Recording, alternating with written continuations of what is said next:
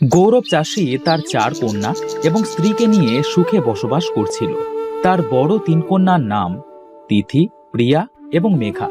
তারা ছিল অনেক সুন্দর, কিন্তু গৌরবের ছোট কন্যা জয়া দেখতে ছিল অনেক কুৎসিত। তাকে কেউ দেখতে পারত না। একদিন তিথি, প্রিয়া, মেঘা, কোথায় তোরা? কি হয়েছে মা, এভাবে ডাকছো কেন? দেখতে পাচ্ছিস না আমি একা একা কাজ করছি? আমার হাতে হাতে একটু সাহায্য কর। আমি পারবো না মা, রোদে কাজ করলে আমার চেহারা নষ্ট হয়ে যাবে। মা, আমরা 3 জনের একজনও কাজ করতে পারবো না এই রোদের মধ্যে, বুঝলে?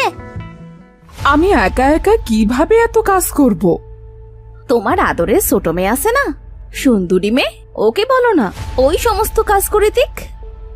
আমার ছোট মেয়ে তো আমার সব কাজ করে দেয়, তোরা কি আমার একটাও কাজ করে দিস? তাহলে আমাদের কেন বলছো মা? মা, বড় দিদিদের যেতে দাও, আমি তোমাকে কাজে সাহায্য করছি। মা, তুই কর, বরং সেটাই ভালো হবে। এই, তোরা আয় তো। তারা 3 বোন আবার ঘরে চলে যায়। জয়া তার মাকে কাজে সাহায্য করতে থাকে। এমন সময় সেখানে গৌরব আসে। আমার মেয়েরা কোথায় গেল? বাবা, ডাকছো? হ্যাঁ, তোর দিদিদেরকে ডেকে নিয়ে আয় তো।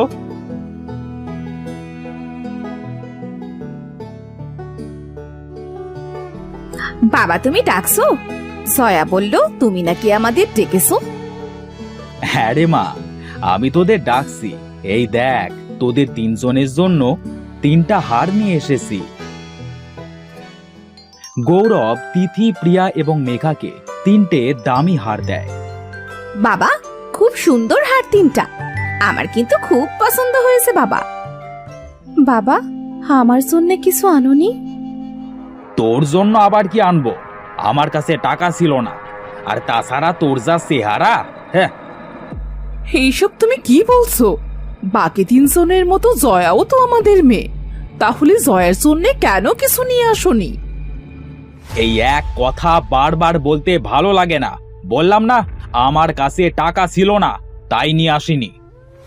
মা, তুমি বাবাকে কিছু বলো না, আমার কিছু লাগবে না।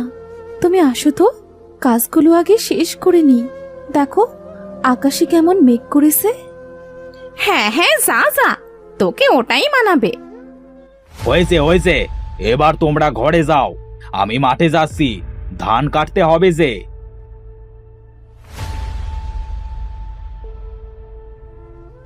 জয়া মা আমার, ওদের কথায় কিছু মনে করিস না। জানিস তো তোর বাবা আর বোনেরা এমনই। মা, ও মা, আমি কি তোমাদের মেয়ে নই? এমন কথা কেন বলছিস তুই? তাহলে বাবা আর দিদিরা আমার সাথে কেন এমন করে? কষ্ট পাস না মা, একদিন দেখবি সব ঠিক হয়ে যাবে। এখন চল আমরা কাজগুলো শেষ করি। প্রেমা আর জয়া বাড়ির সব কাজ শেষ করে। এভাবেই তাদের দিন কাটতে থাকে। গৌরব তার বড় 3 মেয়েকেই বেশি ভালোবাসে। হঠাৎ করে একদিন গৌরব অসুস্থ হয়ে পড়ে। ওগো, তোমার কি হলো? জানি না আমার কি যে হলো, আমি উঠতে পারছি না। সমস্ত শরীর অবশ হয়ে আছে, চোখ যেন বন্ধ হয়ে আসছে। আমি মনে হয় আর বাঁচবো না। শান্ত হও, শান্ত হও, কিছু হবে না তোমার।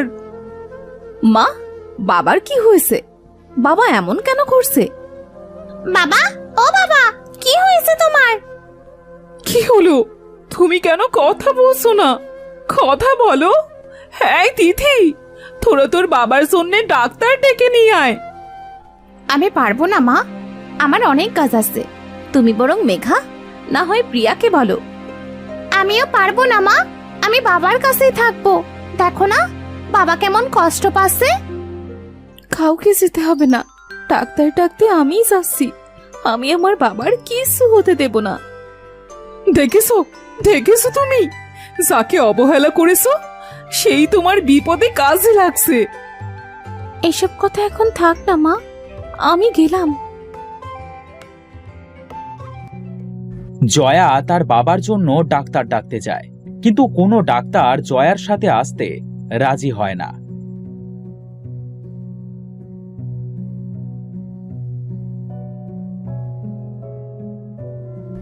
অনেক ডাক্তারের কাছেই তো গেলাম, কিন্তু কেউই তো আসতে রাজি হলো না। এখন কি করব আমি? কি হয়েছে তোমার মেয়ে? এভাবে কেন কাঁদছো তুমি? আমার বাবা খুব অসুস্থ, জানি না হঠাৎ করে কি হয়েছে। এখন কথাও বলতে পারছে না, তাই ডাক্তারের কাছে এসেছিলাম, কিন্তু কোনো ডাক্তার বাবাকে দেখতে যেতে রাজি হচ্ছে না। কেঁদো না মেয়ে, চলো আমি দেখছি তোমার বাবার কি হয়েছে। আপনি আপনি পারবেন আমার বাবাকে ঠিক করে দিতে? চলো আগে যে দেখি তোমার বাবার কি হয়েছে।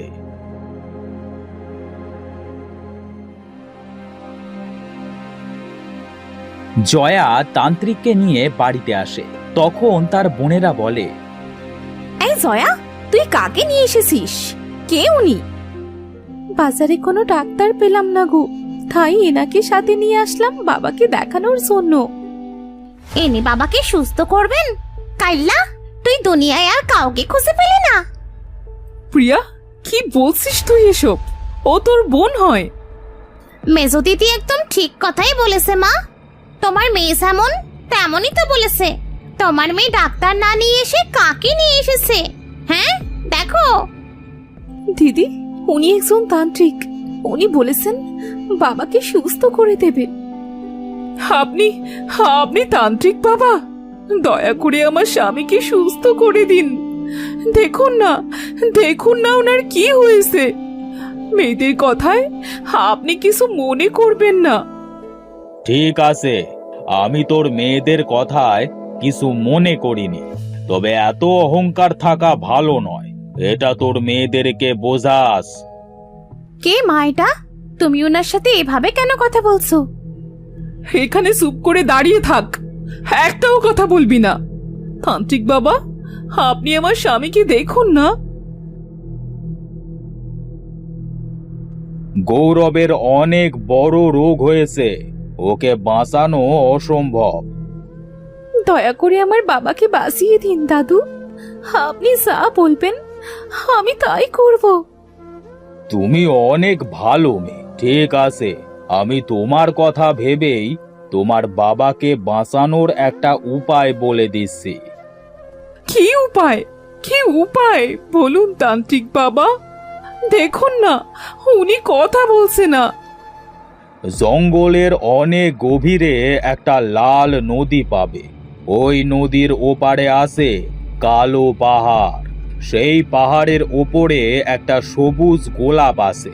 ওই গোলাপটা এনে যদি গৌরবকে খাওয়াতে পারো, তবেই গৌরব সুস্থ হবে। আর একটা কথা, কি কথা তান্ত্রিক বাবা? ওই ফুলটা একটা ডাইনির, কিন্তু পাহারা দিচ্ছে একটা বড় অজগর সাপ। ওই ফুল আনতে হলে সাপটাকে মেরে তবেই আনতে হবে।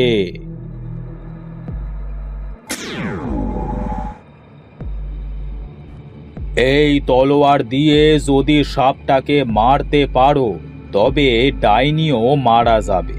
তখন তুমি সবুজ গোলাপটা নিয়ে আসতে পারবে। আর একটা কথা, গৌরবের 4 কন্যার ভেতরে যে কোনো একজনকে গোলাপটা আনতে হবে। আমি কিন্তু যেতে পারবো না মা। আমাকে যেন ওই গোলাপ আনতে যেতে বলো না। ওই ভয়ঙ্কর জঙ্গলে আমি কিছুতেই যাব না। তাছাড়া ওই ডাইনিটা যদি আমাদেরই মেরে ফেলে, তোমার এই কালো কুৎসিত মেয়েকেই যেতে বলো। বোন ঠিক কথাই বলেছে মা। জয়া তো এমনিই অসুন্দর, ওর জন্য সবার কাছে অপমানিত হতে হয়। ও মরলে কিছুই আসবে যাবে না। তুমি কেন দিদিদের বলছো মা? আমি তো আছি। বাবাকে সুস্থ করার জন্য সবুজ গোলাপ আমি আনতে যাব। তাছাড়া দিদিরা তো ঠিকই বলেছে মা। যে রূপ নিয়ে তোরা এত অহংকার করিস, সেই রূপ আজ থেকে জয়ার থেকেও কুৎসিত হয়ে যাবে। আর জয়া তোদের থেকেও অনেক সুন্দর হয়ে যাবে।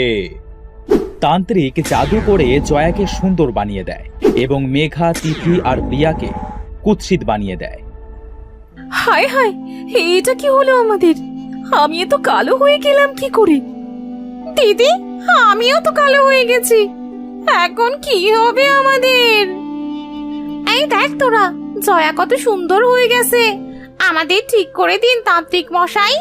আমরা আর কখনো কাউকে টিটকিরি করব না। আমাদের ভুল হয়ে গেছে। হ্যাঁ দাদু, আপনি দিদিদের আগের মতো করে দিন। সেটা সম্ভব নয়, এখন আমি আসি। তান্ত্রিক সেখান থেকে অদৃশ্য হয়ে যায়। গৌরবের বড় তিন কন্যা কাঁদতে থাকে। এখন এসব ভাবার সময় নেই। যা মা, সবুজ গোলাপটা নিয়ে আয়। জয়া সবার কাছ থেকে বিদায় নিয়ে চলে যায়। হাঁটতে হাঁটতে জয়া জঙ্গলের মাঝে চলে আসে। এই তো সেই লাল নদী। পানি কেমন লাল, একটা নৌকো আছে দেখছি। তাড়াতাড়ি নদী পার হই।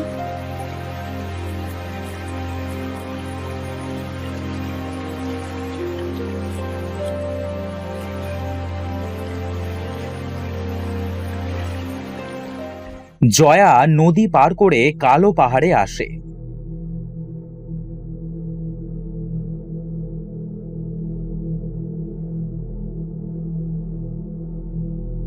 জয়া অনেক কষ্টে কালো পাহাড়ের ওপরে ওঠে। ওই তো বড় অজগর সাপ। সাপটা তো ঘুমোচ্ছে। এই সুযোগে সাপটাকে মেরে ফেলি। জয়া তলোয়ার দিয়ে সাপটার মাথা কেটে ফেলে। সাথে সাথেই সাপটা সেখানে মারা যায়। সেখানে ডাইনি এসে হাজির হয়। মেরে ফেললি আমাকে? কেন মারলি আমাকে? ফুলটা নিয়ে তাড়াতাড়ি বাড়ি ফিরতে হবে।